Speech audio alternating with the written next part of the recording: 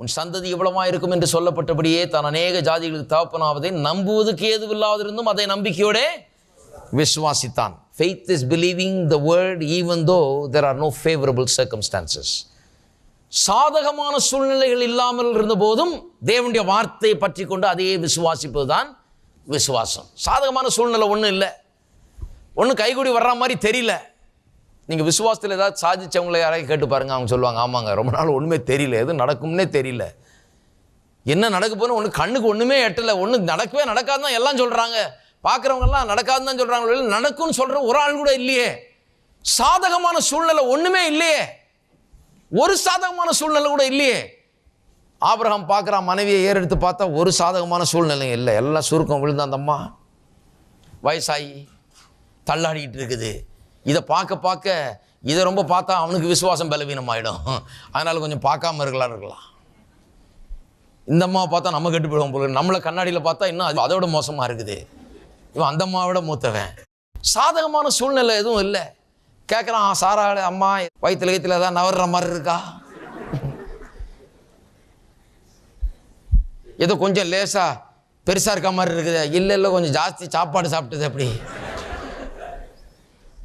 ஒருவேளை அதுவாக இருக்குமோ அப்படின்னு நினச்சேன். சாதகமான சூழ்நிலையே இல்லை பாருங்க. இருந்தாலும் சாதகமாக பார்க்கறதுக்கு ஒன்றும் இல்லைனா கூட, சாதகமான சூழ்நிலைகள்னா சீன் எவிடன்சஸ் ஒன்றுமே இல்லைனா கூட கர்த்தருடைய வார்த்தை சொன்னது நிறைவேறும் என்று சொல்லி நம்புகிறதுக்கு ஏதுவில்லாத இருந்தோம், ஏதுவா ஒன்றுமே இல்லாத இருந்தும் கர்த்தருடைய வார்த்தை நிறைவேறும் என்று விசுவாசம். நான் சொல்கிறேன், பெரிய காரியங்களை வாழ்க்கையில் காண வேணும் என்றால் இதை கற்றுக்கொள்ள வேணும், இல்லைனா நடக்கவே நடக்காது பாருங்கள். சும்மா அழுது கூப்பாடு போடுறதில்லை. ஜெபம்னா ஏதோ இந்த ஆண்டவருக்கு முன்னால் ததிகனத்தம் போட்டு என்னத்தையாவது வாங்கிடலாம் அப்படிங்கிறது கிடையாது.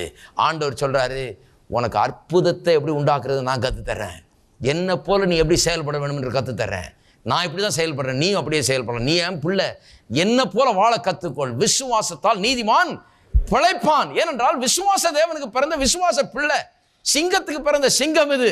நான் எப்படி இருக்கணும் அப்படி நீ இரு. நான் வானத்தை பூமி உண்டாக்குறவன், சிருஷ்டிகர்த்தா. உன்னுடைய வாழ்க்கையில உன்னுடைய உலகத்தை நீ மாற்றி அமைக்க முடியும், உனக்கு கத்தர்ன்றாரு. அதுக்கு தான் இவ்வளவு போதிக்கப்படுறது பாருங்க. இல்லைன்னா பைபிளை மூடி வச்சுட்டு பேசாம போய் ததிகனத்தை போட்டுட்டு இருக்கலாம், ஆண்டவர்கிட்ட அழுது கூப்பாடு போட்டு என்னத்தையாவது பெற்றுக்கொள்ளலாம் பாருங்க. ஆண்டவர் சொல்றாரு, அப்படி நடக்காது, உன்னை ரொம்ப மதிக்கிறேன் நான், அதனால தான் உன்னை கொஞ்சம் வேலை செய்ய வைக்கிறேன்.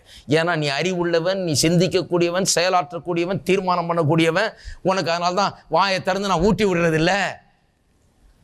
உனக்கு அதுதான் விசுவாச கோட்பாடுகளை கற்றுத்தரேன், நீ அதை செயல்படுத்து. ஏன்னா உன்னை பற்றி மரியாதை வைத்திருக்கிறேன், என்ன போல இயங்க ஆரம்பி, என்ன போல செயல்பட ஆரம்பி என்று சொல்லுகிறார். அப்ப ஏதுவே இல்லாத இருந்த போதும் விசுவாசிப்பது. நான் சொல்றேன், எத்தனை பேர் சில காரியங்களை விசுவாசிக்கிறீங்க, ஆனால் பார்க்கறதுக்கு ஒன்றும் தெரியல, பார்க்கறதுக்கு ஒன்றும் நடக்கும் போல தெரியல, பார்க்கறதுக்கு ஒன்றும் சூழ்நிலை மாறுற மாதிரி தெரியல, எந்த அறிகுறிகளும் கிடையாது, மாற்றத்துக்கு அறிகுறிகளே கிடையாது, எல்லாம் ஹோப்லெஸ்ஸாக தெரியுது பார்க்கறதுக்கு. எந்த அறிகுறி இல்லாத நேரத்தில் கர்த்தருடைய வார்த்தை சொல்லுகிறது, அதனால் எனக்கு நடக்கும் என்று விசுவாசிக்கிறது தான் விசுவாசம். அப்படிதான் வெற்றியை பெற முடியும்.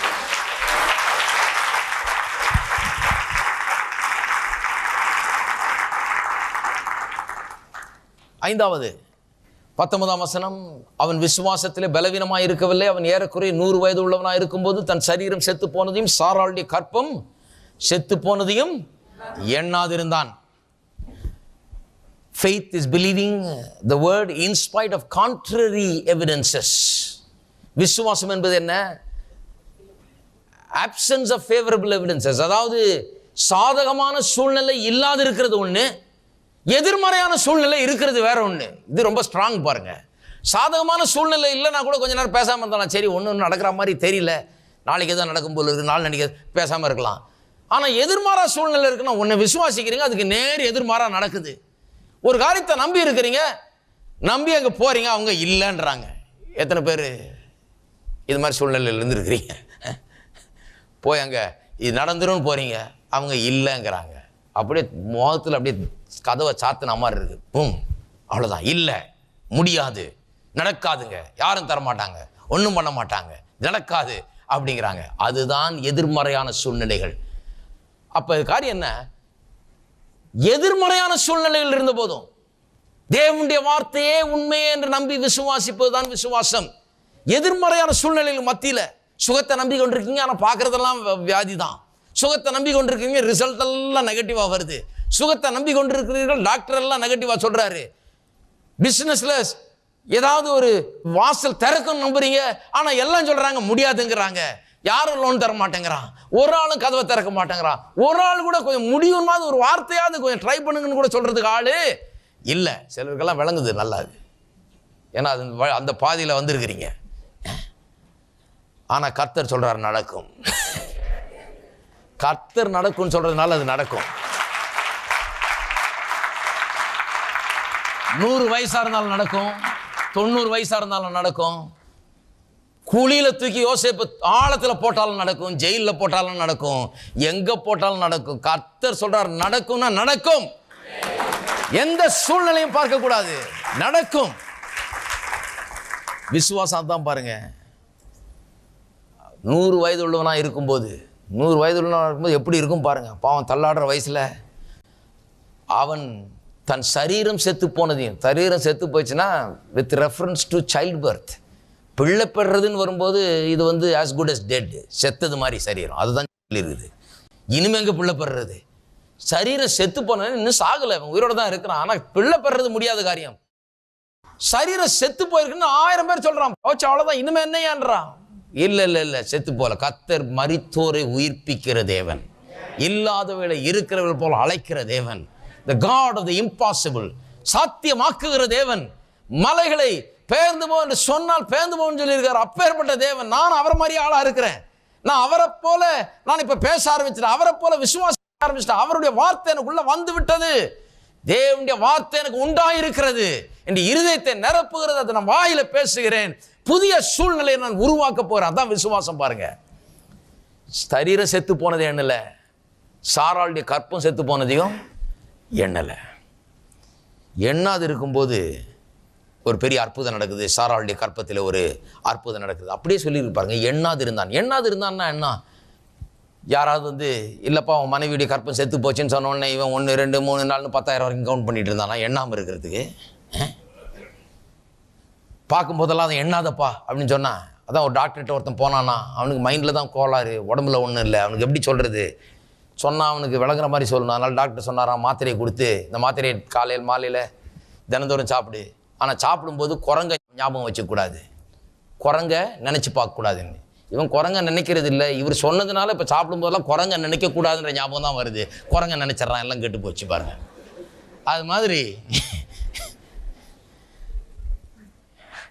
எண்ணாது இருந்தான்னா உட்காந்துக்கிட்டு 10,000 வரைக்கும் எண்ணிட்டு இருந்தான்ல, அது எண்ணிட்டு இருக்கிறது. அது எண்ணாது இருந்தான் என்று சொன்னால் இந்த வயசு 100 வயசானது, தன்னுடைய சரீரம் செத்து போயிருக்குதுன்னு எல்லாரும் சொல்றது, சாராளுடைய கற்பம் செத்து போயிருக்குதுன்றது எல்லாரும் சொல்லுகிற காரியங்கள், இவைகளெல்லாம் ஒரு பொருட்டு என்று எண்ணாதிருந்தான்.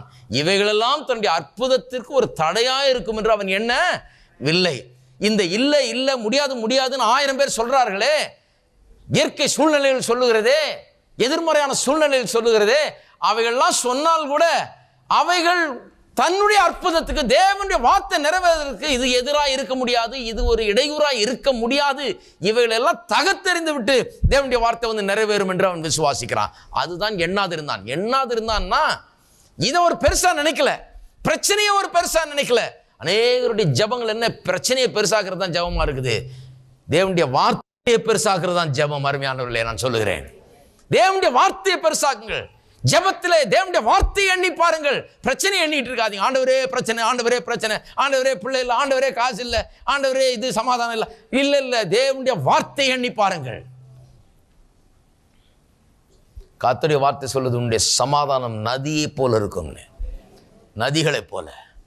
அதை பேசுங்க. என்ன வார்த்தை சொல்லுதோ அதை பேசுங்க. சரி, 6, faith is made stronger by confession of God's word.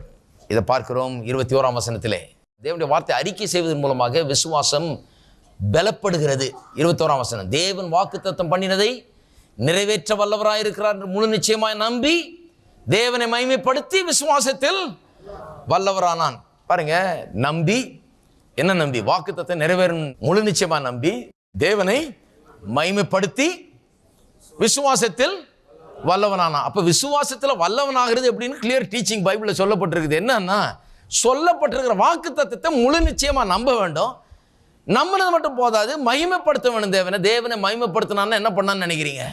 தேவனை மகிமைப்படுத்தினான்னா தினந்தோறும் தன்னுடைய கைகளை வானத்துக்கு நேராக உயர்த்தி. எப்படி உயர்த்தினான்னு எனக்கு தெரியும். ஏன்னா 15ஆம் அதிகாரத்துக்கு முன்னால் 14ஆம் அதிகாரம் ஒன்று இருக்குது. அங்கே ஒருத்தன் இவனுக்கு காசு பணம் வெள்ளி பொண்ணெல்லாம் தர்றேன். அவன் சொன்னால் உங்ககிட்டலாம் நான் கையை உயர்த்த மாட்டேன், என்னுடைய கைகளை நான் என்னுடைய தேவனாகிய கர்த்தரிடத்தில் உயர்த்துகிறேன்.